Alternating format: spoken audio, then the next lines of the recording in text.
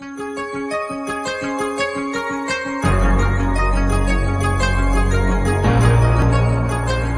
significance of the Washington Monument really needs no explanation now, but there are just a few details to fill in. On July 4th, 1848, the cornerstone of this monument was laid by Benjamin B. French, Grand Master of the Grand Lodge of the District of Columbia, as part of a Masonic ceremony.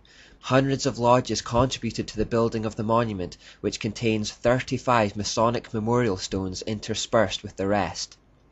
The numbers involved are quite intriguing with the Washington Monument.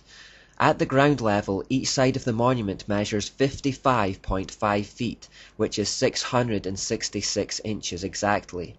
The height of the obelisk is 555.5 feet, which is 6,666 inches. There are other more complicated numbers and combinations of numbers that are often centered on the number 13, also concealed within this structure.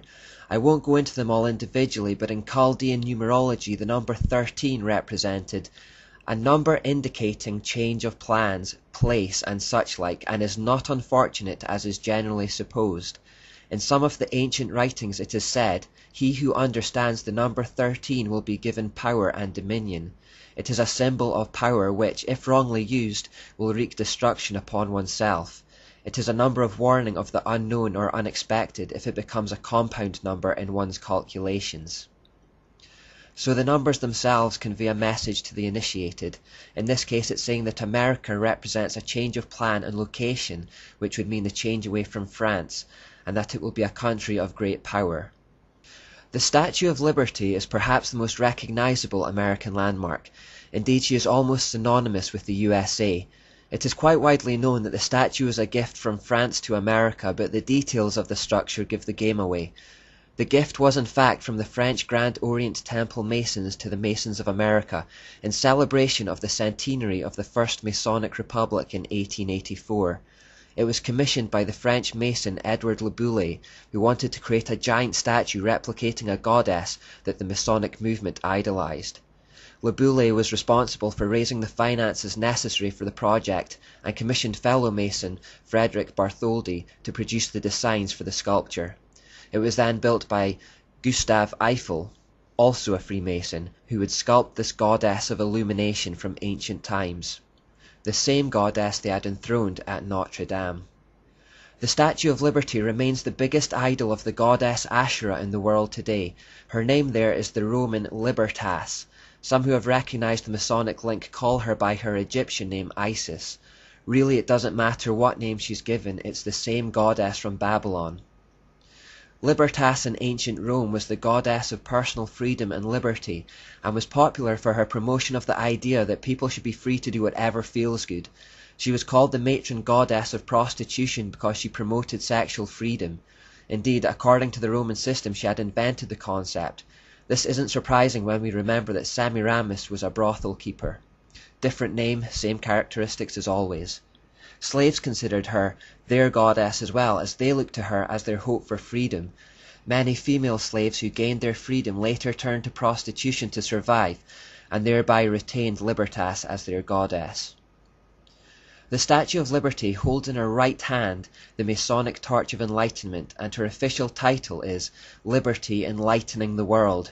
Her pose is actually quite similar to that of Baphomet again. The cornerstone of the monument was laid with full Masonic ceremony, and the base contains a plaque dedicated to the Freemasons of New York. The crown of 7 spikes represents the enlightenment of the sun god. The idea was that the illumination could be focused down each of the 7 spikes, which would radiate to the 7 main land masses or continents of the world. The statue was originally to be made in colour, and her robes would be purple and scarlet, which would align her with the prostitute woman in Revelation. This idea was later abandoned when it became clear the statue would need to be built from copper due to financial constraints. The Statue of Liberty is not just the largest idol of Ashera, it is the largest idol ever made by human hands, and beats the previous record holder, the Colossus of Rhodes, into a distant second place. Now this is the American $1 bill, one of the most recognizable and iconic pieces of currency in the world. It is packed with Masonic symbolism. You will see 2 circles containing unusual images. The one on the left now needs little explanation if you've been following this series from the start, but we can unpack it a little bit more. The Latin surrounding the all-seeing eye reads, Annuit coeptis novus ordo seclorum. This means announcing the birth of the New World Order. The occult agenda is to see the whole world come under a global system of governance, and the designers of the Great Seal here clearly saw that the Masons in America would make it a key player in the birth of that New World Order. Coincidentally, a form of inverted pentagram spelling out the word Mason can be found by connecting the first and last letters of some of the words together. There are also multiples of the number 13 in the dollar bill. For example, there are 13 layers in the pyramid. I'm just speculating here, but because there are believed to be 13 Illuminati family bloodlines in the world today, this could mean that these 13 families of power are the ones constructing the foundations upon which the capstone, Lucifer, or the Antichrist will come. The symbol on the right has just as much esoteric symbolism. Manly P. Hall writes, European mysticism was not dead at the time the United States of America was founded. The hand of the mysteries controlled in the establishment of the new government for the signature of the mysteries may still be seen on the Great Seal of the United States of America.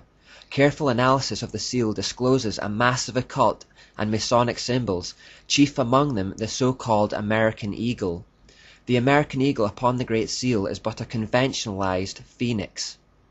The phoenix from the flames is basically the order out of chaos motif, the idea that out of the flames of war and pain and chaos comes an end which has justified the means.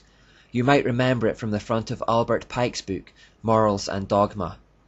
Now this American bird has 13 leaves in the olive branch in its left claw, 13 bars and stripes in the shield, 13 arrows in its right claw, a ribbon saying E pluribus unum, which as we know means out of many one, and this has 13 letters, 13 stars in the crest above his head, and these stars create a hexagram. Again, the hexagram has 6 points, 6 angles, and 6 planes, so it represents the number 666. It is used to invoke Satan and can be considered to be the most wicked symbol in the world. Finally, the right wing on the bird has 32 feathers and the left has 33, which represents the degrees of Freemasonry. Now finally in this part we'll look at the Washington DC street layout. Now here we have a satellite view of the center of Washington DC. We will notice certain things about it if we study it in detail. The first thing is that the street layout creates an inverted pentagram, with the southern point being the White House. However, notice that the Washington Monument obelisk does not align with the White House. Instead it aligns with what lies behind the White House, the Supreme Council Masonic Temple. The decision to build along this line shows that the Masons believe the real power of the United States doesn't lie with the temporal president, but with the spiritual power they perceive to be behind the president. We have already noted the significance of the Washington Monument in relation to the Capitol, and how the two are meant to generate a kind of spiritual energy. If we connect it to the Lincoln Memorial at the other side, we get an inverted Tau symbol. The Tau symbol represents Tammuz, and in astrology the Taurus bull, both of which point to it being a symbol for Baal.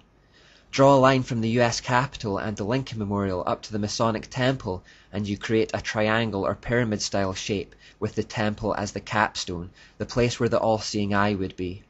This once more represents the power of the fraternity.